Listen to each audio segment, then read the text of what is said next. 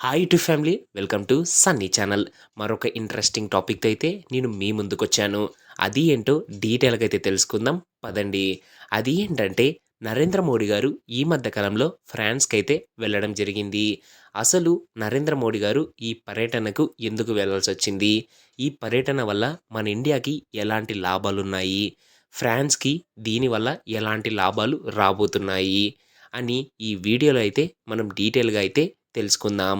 ఇంకొక పాయింట్ ఏంటంటే Donald Trump గారు యుక్రెయిన్ అధ్యక్షుడికి ఏం చెప్పడం జరిగింది అంటే, రష్యా యుక్రెయిన్ మధ్యలో ఇతను ప్లాన్ ఏంటి, ఇతను యుద్ధాన్ని ఆపేస్తానన్నాడు కదా, ఇతను ఈ యుద్ధం గురించి కీలకమైన వ్యాఖ్యలు చేయడం జరిగింది. అది కూడా తెలుసుకుందాం. థర్డ్ పాయింట్ వచ్చేసి యూరప్ ఇప్పుడు అంటే నాటో యూరప్ అని పిలుస్తారు. నాటోని అమెరికా పట్టించుకోవడం లేదు. ఇది కూడా ఈ వీడియోలో అయితే డీటెయిల్‌గా అయితే తెలుసుకుందాం. వీడియోలోకి వెళ్ళే ముందు ప్రతి ఒక్కరికి ఒక చిన్న రిక్వెస్ట్. మీరు నా ఛానల్‌ని ఫస్ట్ టైమ్ చూస్తున్నట్లయితే తప్పకుండా లైక్, షేర్ అండ్ సబ్స్క్రైబ్ చేసుకోండి. పక్కన్న బెల్ ఐకాన్‌ని కూడా క్లిక్ చేసుకోండి. వీడియోలోకైతే వెళ్ళిపోదాం. మొదటిగా మనం మాట్లాడుకోవాల్సిన విషయం ఏంటంటే, ఎందుకంటే ఫ్రాన్స్ మనకి ఎప్పటినుంచో స్నేహంగా ఉంటుంది. అదే విధంగా నరేంద్ర మోడీ గారు వచ్చిన తర్వాత ఫ్రాన్స్‌తో రిలేషన్స్ చాలా క్లోజ్ అయ్యాయి. ఈ విధంగా నరేంద్ర మోడీ గారు అక్కడ ఉన్న కంపెనీస్‌ని ఇండియాకి రావాలని శాయశక్తులా అయితే పోరాడుతున్నారు. ఎందుకంటే రీసెంట్‌గా ఒక సమ్మిట్‌లో అయితే నరేంద్ర మోడీ గారు ఈ విధంగా చెప్పడం జరిగింది. అది ఏంటంటే, ఫ్రాన్స్ కంపెనీస్‌కి ఇదొక బెస్ట్ ఆపర్చునిటీ. మా ఇండియాలో మీ కంపెనీస్ పెట్టుకోండి అని ఇతనైతే అక్కడ స్టేట్మెంట్ అయితే ఇవ్వడం జరిగింది. ఈ విధంగా ఇక్కడ ఉన్న యూత్‌కి అందరికీ కూడా మంచిగా జాబ్స్ ఆపర్చునిటీస్ అన్నీ ఉంటాయి. అలా చానా విషయాలలో ఫ్రాన్స్ అనేది మనకు హెల్ప్ చేస్తూనే ఉంటుంది. ఈ విధంగా మనకు ఫ్రాన్స్ సమ్మిట్‌లో ఇంకొకరు కూడా జాయిన్ కావడం జరిగింది. అది ఎవరో కాదు, యూఎస్ వైస్ ప్రెసిడెంట్ అయిన జేడీ వాన్స్ గారు కూడా దీంట్లో జాయిన్ కావడం జరిగింది. ఈ విధంగా వీళ్ళు ముగ్గురు కీలకమైన డెసిషన్స్ తీసుకుంటున్నారు. మనం టాపిక్‌లోకైతే వెళ్ళిపోతే, ఎందుకు ఇప్పుడు యూరప్ దేశాలు అమెరికాను వదిలేసి ఇండియాని పట్టుకున్నాయని మనకు డౌట్ రావచ్చు. ఎందుకంటే డొనాల్డ్ ట్రంప్ గారు ఎప్పుడైతే అధికారంలోకి వచ్చిన తర్వాత అప్పటినుంచి అయితే కొన్ని చేంజెస్ ప్రపంచవ్యాప్తంగా అయితే కావడం మనం చూస్తూనే ఉన్నాం. ఈ విధంగా యూరప్‌లో కూడా కావడం జరుగుతుంది. ఎందుకంటే ఒకప్పుడున్న ప్రెసిడెంట్ యూరప్‌కి ఎంతో ఫ్రెండ్లీగా ఉండేవారు. ఏదైనా కూడా ఒక సపోర్టింగ్‌గా ఉండేవారు. ఇప్పుడు డొనాల్డ్ ట్రంప్ గారు అలా లేరు. మీరు ఏమైనా కాండి, నా దేశం నాకు ఇంపార్టెంట్ అని చెప్పడం జరుగుతుంది. ఆ విధంగానే మన ఇండియాని అయితే వాళ్ళు చేసుకోవడం జరిగింది. ఎందుకు మన ఇండియాని చేసుకోవడం జరిగింది అంటే, ఇక్కడ మనం ఒక విషయం క్లారిటీగా అబ్జర్వ్ చేయాలి. అది ఏంటంటే, ఇప్పుడు ప్రపంచ దేశాలలో చూసుకుంటే మన ఇండియా త్వరగా డెవలప్ అయితున్న కంట్రీ. అదే విధంగా మనకి యూరోప్‌లో కూడా మంచి మంచి మిత్రులు ఉన్నారు. మన దేశానికి సపోర్ట్ చేసేవాళ్ళు కూడా ఉన్నారు. యూరోప్ కూడా ఇప్పుడు అదే ఆలోచిస్తుంది. మనం ఏదైనా కూడా డెవలప్ కావాలంటే, అదే విధంగా మనకెక్కువ ఇన్‌కమ్ రావాలంటే, మనం ఇండియానైతే చూసుకోవడం బెటర్ అని యూరప్ కంట్రీస్ ఆలోచిస్తున్నాయి. దీన్ని ఇమాన్యుయల్ మాక్రాన్ గారు ఒక అవకాశంగా తీసుకొని యూరప్‌లో ఉన్న కొన్ని దేశాల అధినేతలనైతే ఈ మీటింగ్ అయితే పిలవడం జరిగింది. ఎందుకు మన ఇండియాని వీళ్ళు ఇంత స్ట్రాంగ్‌గా నమ్ముతున్నారు అని ఒక ఎగ్జాంపుల్ చెప్తాను. అది ఏంటంటే, ఒకవైపు అమెరికా మన మీద ఎన్ని ఒత్తిడి చేసినా, ఎంత పరీక్షించినా మనం డిఫెండ్ చేసుకోగలుగుతున్నాము.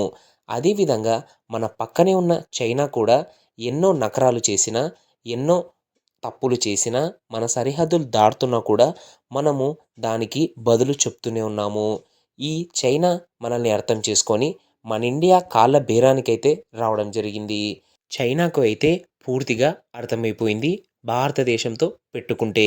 ఈ విధంగానే షీ జిన్‌పింగ్ మన కాళ్ళ బేరానికైతే రావడం జరిగింది.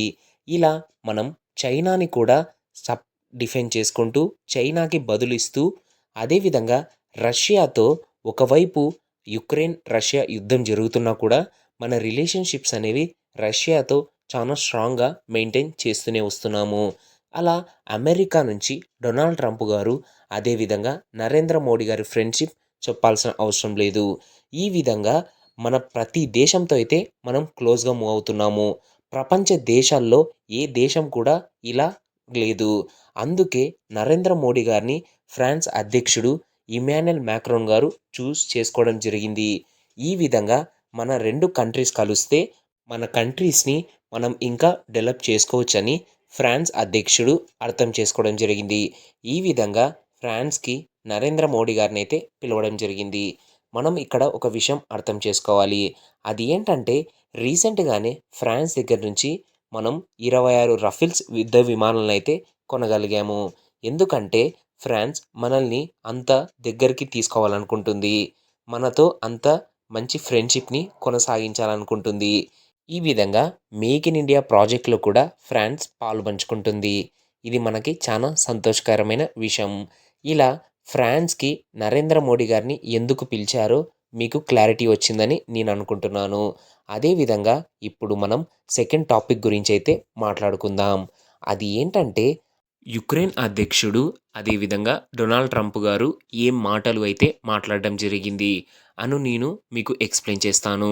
డొనాల్డ్ ట్రంప్ గారైతే ఏం మాటలు మాట్లాడడం జరిగిందంటే, అక్కడ రష్యాలో కలిసిపోవాలని చూస్తున్నారు. ఏదొక రోజు యుక్రెయిన్ రష్యా సొంతం అవుతుందని అతనైతే స్టేట్మెంట్ పాస్ చేయడం జరిగింది. ఈ విధంగా డొనాల్డ్ ట్రంప్ గారు జెలెన్స్కీతో చెప్పడం జరిగింది. ఇలా మనకు అర్థం కావాల్సింది ఏంటి అంటే, డొనాల్డ్ ట్రంప్ గారు డైరెక్ట్‌గా రష్యాకి సపోర్ట్ చేస్తున్నారు అని మనం అర్థం చేసుకోవాలి. ఈ విధంగా సెకండ్ పాయింట్ కంప్లీట్ అయిపోయింది. థర్డ్ పాయింట్‌లోకైతే వెళ్ళిపోదాం. అది ఏంటంటే ఇప్పుడు యూరప్ తన ఓన్‌గా మార్కెట్‌ని అయితే వెతుక్కోవడం మొదలుపెట్టింది. ఎందుకంటే అమెరికా యూరప్‌ని అయితే దూరం పెట్టడం జరుగుతుంది. అమెరికాలో యూరప్‌కి మేము ఎందుకు అంత బడ్జెట్‌ని ఇవ్వాలి? అదేవిధంగా యుక్రెయిన్‌కి మేమెందుకు అంత మనీ పే చేసి రష్యా పైన దాడి చేపించాలని డొనాల్డ్ ట్రంప్ గారి ప్రభుత్వం అయితే అనుకుంటుంది. మేము యూరప్ పైన టారిఫ్ విధిస్తామని వాళ్ళైతే చెప్పడం జరిగింది. వాళ్ళు అలా చెప్పారో లేదో ఇమ్మీడియేట్‌గా యూరప్ నుంచి అయితే రెస్పాండ్ రావడం జరిగింది. ఏమని రెస్పాండ్ రావడం జరిగింది అంటే, మీరు మా మీద టారిఫ్ విధిస్తే మేము వితిన్ సెకండ్స్‌లో మీ మీద టారిఫ్ విధిస్తాము అని అమెరికాకే ఛాలెంజ్ చేసింది యూరప్. ఈ విధంగా అమెరికా ఇప్పుడైతే దీంట్లో కొంచెం ఆలోచిస్తుంది. ఈ విధంగా నాటో దేశాలు ఇప్పుడు అమెరికానైతే వదిలేయడం జరిగింది. ఇక్కడ మీతో ఒక విషయం మీకు చెప్పాలి. అది ఏంటంటే ఇప్పుడు ఫ్రాన్స్ అధ్యక్షుడు ఇమాన్యుయల్ మాక్రాన్ అదే విధంగా మన ఇండియా నుంచి నరేంద్ర మోడీ గారు ఏఐ సబ్మిట్ కూడా జరగబోతుంది. అక్కడ కొన్ని కీలకమైన విషయాలు కూడా మాట్లాడడం జరిగింది. అది ఏంటంటే ఆర్టిఫిషియల్ ఇంటెలిజెన్స్ అనేది చాలా మంచిది. అది ఫ్యూచర్‌లో మనకు చాలా ఉపయోగపడుతుంది అని నరేంద్ర మోడీ గారైతే చెప్పడం జరిగింది. ఇక్కడ మనం క్లారిటీగా మనకి ఈ వీడియోలో అయితే అర్థమైపోయింది. ఎందుకు ఫ్రాన్స్ ఇండియాని ఇన్వైట్ చేసింది అని. మీకు ఈ వీడియోలో అయితే నేను క్లారిటీగా అయితే చెప్పడం జరిగింది. మన ఇండియా నుంచి నరేంద్ర మోడీ గారు అమెరికాకు కూడా వెళ్ళబోతున్నారు. అమెరికాలో జరిగేవి కూడా నేను తప్పకుండా వీడియో తీసి మీకు పెడతాను. ఈ విధంగా ఫ్రాన్స్ మనకి ఎందుకు కావాలనుకుంటుంది అని మీకు క్లారిటీ వచ్చిందని నేను అనుకుంటున్నాను. అదేవిధంగా యూరప్‌కి, అమెరికాకి ఎంత దూరం పెరిగింది? ఇలా మీకు క్వెషన్స్‌కన్నీ ఆన్సర్ దొరికాయని నేను అనుకుంటున్నాను. మీకు ఈ వీడియో నచ్చినట్లయితే తప్పకుండా లైక్, షేర్ అండ్ సబ్స్క్రైబ్ చేసుకోండి. పక్కన బెల్ ఐకాన్‌ని కూడా క్లిక్ చేసుకోండి. అప్పుడే నా వీడియోస్ మీ ద్వారా రావడం జరుగుతుంది. జై హింద్.